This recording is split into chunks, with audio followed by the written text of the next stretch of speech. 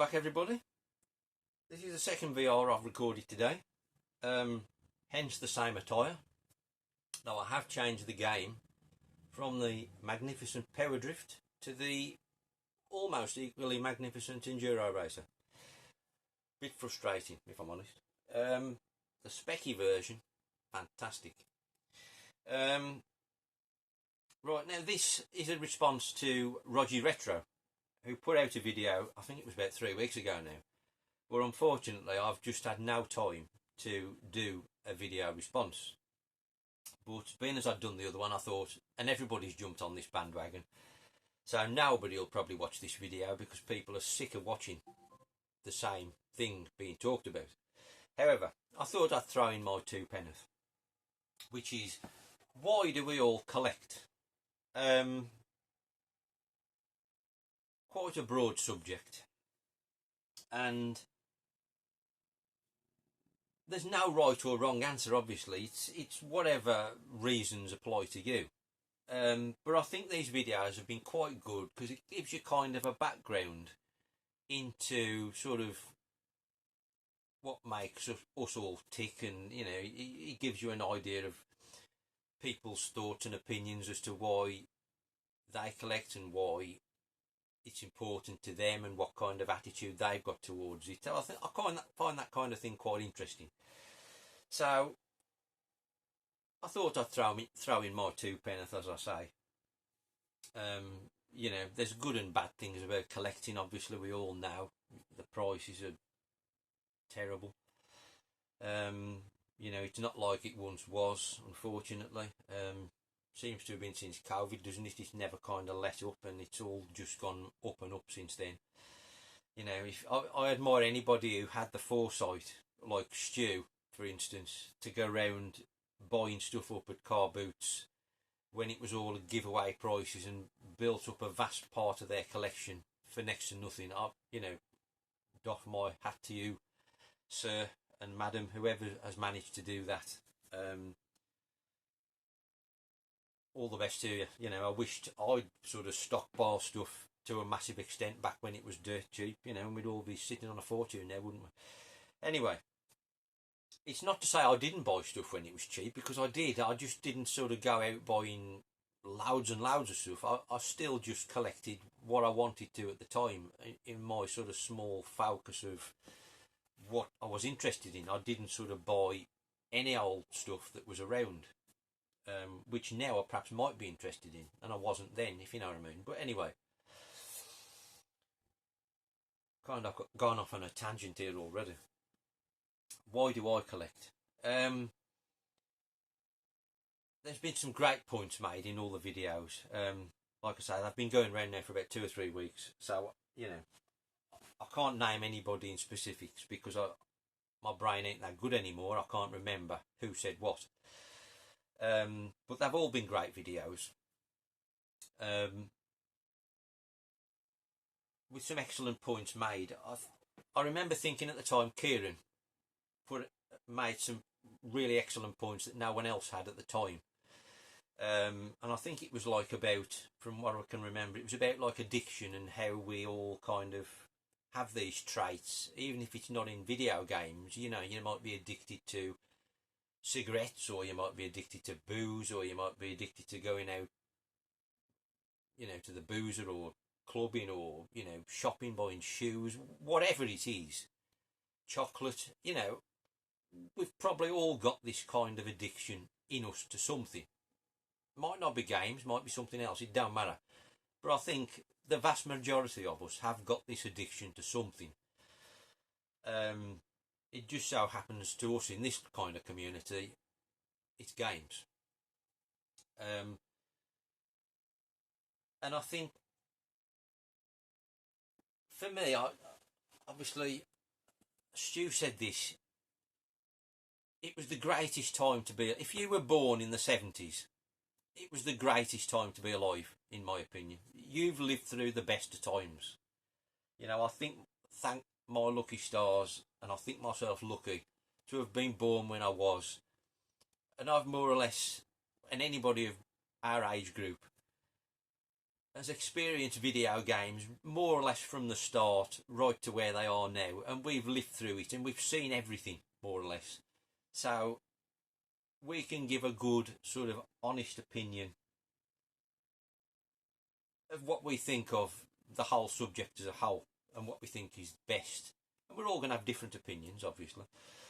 But then if you're a younger person, you know, some of the stuff we love of our generation, you might think is old shit that you've got no interest in playing. And fair enough, you know, absolutely fine. It's much like if you were older than our generation, you'd be into something, perhaps because video games weren't around, you'd be into something that I might think, what the hell am I, why are you wasting your money on that? It don't matter. It just don't matter. The reason you collect is because it's important to you, and that's all that matters. I think I've had this kind of collection addiction from as long as I can remember, really, even as a child. Even though I wasn't buying stuff myself, I used to love Matchbox and Corgi cars as a kid, and I had loads of them, and I must have pestered my parents wherever we went to have like a little Matchbox car, and I loved them. And I think that was the first thing, although I wasn't collecting them per se at the time, I was really, because I'd got loads of them in a big box, if you know what I mean. So I think that's kind of where it started, and it moved on to other things when I was a kid. You know, like I had a few Top Trumps, and then I loved board games, MB board games. I had loads of them, which I've consequently bought back in recent years, you know, just for the nostalgia. Because it's all about nostalgia, isn't it, this collecting? You want to relive that innocent youth time, which is the best time of your life. You know, although you might not realise it at the time, more often than not, I would say, that period, sort of teenager to until you start sort of getting commitments like, you know, paying for a house, maybe, you know, getting married, that kind of thing. And that period from late teenager to that period where you start having responsibilities, that's in many ways the best part of your life, where you can enjoy all this stuff. There's no sort of complications. You just are enjoying whatever makes you happy. And then obviously, because going back to what I was saying about being born in the 70s, you were at that age where you've been able to experience video gaming from the kickoff. At that point is when I got my Spectrum, and I've never really looked back from then. It's been video games all the way for me from then. You know, and, you know, used to borrow games off your mates at school on the spec in. Obviously, being on tape, you could tape them, and you'd build up a huge collection of games without having to buy that many, really.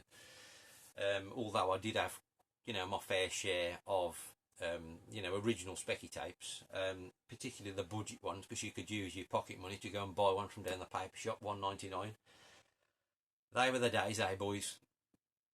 And then, you know, I've never looked back. I've always been into games ever since getting my Spectrum in 82, whatever it was, when the Rubber Key 48K came out. I've never looked back. It's always fascinated me ever since, and it's always been my primary interest ever since. There's always like a secondary interest for me. Like, it would be, you know, the games were the constant, if you like, and then I'd sort of branch into, I had a crazy spell, I love films, and I'd be buying videos, then DVDs, then videos, then laserdiscs, then DVDs and Blu-rays. I had a few years of being crazy into films and building up a huge collection of them as well. And that was kind of at the forefront. Although the games were still there, the films kind of took over for me for a while. Probably, I don't know, late 90s, early noughties time. But like I said, the games were always there. But, you know, I went on from the Spectrum then to consoles, and I never really went back to computers, although I had an Amiga for a while, and I did enjoy the Amiga. It was only for a fairly short spell. Never got into PC gaming. No interest to me. I wanted something plug and play, and I still do, to be honest. All this kind of technical updating, technical jargon, I've got no time or interest for it. And I've never had the passion for that kind of thing. It's always been plug and play gaming. And then sort of in the 90s, then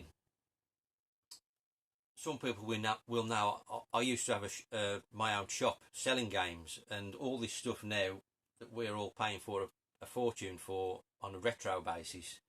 You know, I was selling it brand new at the time. It was cutting edge technology, and so that kind of opened up my eyes.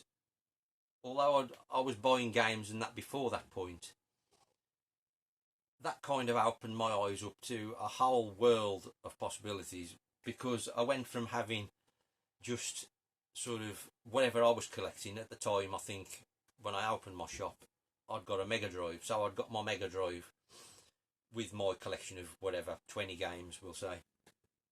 But then you're like a kid in a sweet shop, and your world is open to absolutely everything. So that was kind of Pandora's box for me, and it opened my eyes up to importing my own stuff and just having every conceivable console going. And it's kind of a double-edged sword, really, because you know it's much less manageable when you start getting into everything, and consequently you build up a collection of all these consoles and it's unsustainable. But at the same time, it's amazing, because without that experience, I wouldn't have had the experience of playing and using all the consoles that I have. It was an amazing time, and I think that period in the 90s is most definitely the greatest period of gaming for me. It was just such an amazing time, because you had amazing 16-bit consoles, but you'd also got the cutting edge arcades that were still vibrant, and it was still alive in the 90s. And it was that constant kind of hope that you'd get that arcade experience at home. And then you did with the Dreamcast. I know you'd had it with the Neo Geo, but you did get that arcade experience at home with the Dreamcast. And you were playing more or less the same game at home on the Dreamcast that you were playing in the arcade. It was nothing like it. And now the arcade, they don't exist. These modern arcades, utter fucking shite. They are fucking wank. All these kids of today, they have got no idea what the arcade used to be, and they never will have, really, because it was I don't need to tell you, you know. But anyway, that kind of, like I say, opened my eyes to so many things, and it sent me down so many rabbit holes, which is kind of the legacy I'm in today, really. Sort of working through all the crap I'd collected over the years that I now no longer have any interest in. But it's, as I've got older, my focus has definitely shifted much more narrow, and I'm now only interested in really sort of arcade style experiences. I've got no time for playing adventure style long-winded games. I mean, if you've got the time, fair play. I'm sure I might enjoy some of them if I had the time, but I just haven't. So like I say, I've thinned out my collection of varying things quite dramatically. I've got rid of some consoles that hold no nostalgia for me particularly. And then I've got rid of some things which I've then regretted and thought to myself, you shouldn't have got rid of that. Like, for instance, I had all the 8-bit computers, and I had all the sort of 8-bit consoles, like like the original vintage stuff, like the Atari, Intellivision, ColecoVision. But then I went through a period where I don't want any of that, because I've, aside from the Spectrum, I've got sort of now nostalgia for it. So I sold it all, except the Spectrum. But then when I got back into the, or sort of when I got the Atari 2600 Plus, that really got me into the Atari in a way that I never had before with the Atari. So then that made me think I shouldn't have sold all that Atari stuff I had. And consequently then I bought an original Atari and games, obviously, if you're aware, if you've watched pickups. But that then caused me to rebuy an Intellivision, a ColecoVision, also a video pack. And I'm now enjoying that period of gaming far more than I ever did, because of this sort of focus I've developed, where I like my instant arcade kind of action and thrill, and you know, that's the kind of kick I want. And the Atari and all that period of stuff, it gives me that, because it's instant. Pick it up, play it, 10 minutes, you've seen the game. But I love that. I'm kind of like the youth generation of today with a 10-second attention span. I've kind of developed that for games, really. I want something quick and fast. Not got time for any of this 20, 40, 60 hour nonsense. Who's got time for that? I haven't. Honestly, I ain't got time. So it's arcade all the way for me. And consequently, all these stuff I've collected over the years, I've now fine-tuned it all, and I've just kept stuff, either what I've got nostalgia for, or stuff which is kind of relevant to my focus of today. And I mean, it might change in the future, my focus. I don't know, it might do, who knows. I don't see it changing. And in many ways, it hasn't changed at all, you know, because I've always been into arcade games, and I've never been into like long-winded adventure games, so that hasn't changed. I've just got less patience and time for anything that I don't think is like top drawer entertainment, and that goes to like anything, like watching stuff on the TV or a film. I ain't got time to waste watching substandard or playing substandard games. I only want to play absolute quality, and I'd rather experience something I've experienced before and love than put time into getting to love something new. And maybe I'm missing out by doing that, I don't know, but the point is, I don't care. My brain's almost full of amazing stuff, so I ain't got room for any more. I just want to enjoy more or less what I know and love, with a few additions here and there of stuff that I'm still learning about, because there's always stuff to still learn about. So I'm never going to stop collecting. I don't foresee that ever happening. It might, you know, I might find something else as well as games again in the future, maybe, or maybe I'll go back to films. I don't know. I don't see it, but you never know. You know, I love cycling. I'm passionate about cycling. I had a huge bike collection, but that all went, and I've now focused that back down to something manageable. I've just got, you know, a small collection, but I still love cycling. You know, I watch loads of cycling. But my point is, there may be other things, but games will always be there. It will always be a constant in my life. It always has been. But I just enjoy what I love, and I love what I enjoy, and that will always be the case. And I'm sure I will buy more games. Absolutely, there's no question about that, as we all will. Whoever says they're done, you're not done, are you? Let's be honest. There'll always be something you learn about. And that's part of the hobby. I love finding out about new stuff. It's a brilliant part of the hobby, and why I collect and why I love collecting. Because there's always something new to learn about. That's why I love pickups videos. Because you always learn something. Oh, I've never played that, never seen that before. Oh, really? That sounds quite interesting. I might check that out. That kind of thing. Amazing. So, this hobby is everything you want it to be. And that's all I've got to say, really.